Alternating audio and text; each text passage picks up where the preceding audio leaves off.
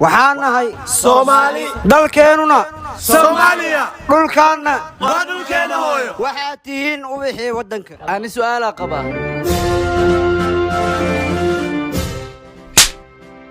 متى أنا قيمة أولي على كان maxay u dharbaaxday calanka maa mas-uul ku tahay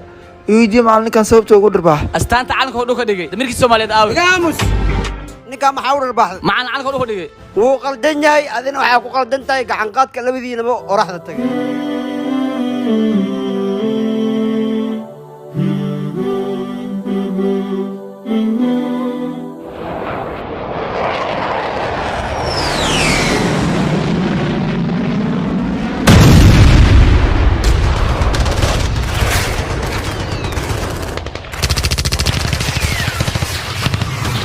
macalin laad ninkuu taagan yahay adina soo bax ma dhihin kadib maxaa dhacay خلاص حتى أسيب إيش أنا أدركت إيش alla dilaa dhinto wuxuu ku hadlayo wax kale ma odo mar walba anaa la joodo oo ilaaliyo Ilyas ma i taqaanaa ma i xasuustaa علنك لوك قد وأستانت قرنك ma jiraa waqti oo saan dhaamo haa sanadii 2 mar goormee waaye maalmaha xuriyadda 26 juun iyo 1 luulyo يا ليه لا تجوا abis dij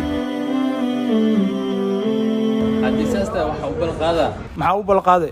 waxaa u keeni doonaa dharka astaanta qaranka kuwooda birimada ah maalintaas waxaa u dabaaldegi doonaa si wada jir ah deesaas tahay bood groupna uu soo qaad dhar birimay keeneen haa kuwaas jumla ahaan anaa ka soo qaatay tafaariikhna meel walbaa laga helaa haddii aad u baahan tahay jumlo waxaad ka heli kartaa bakaaraha kala xiriir furaha 5 44 56 50 tafaariikhna waxaad ka helaysaa meel waliba balanteenu waa bood group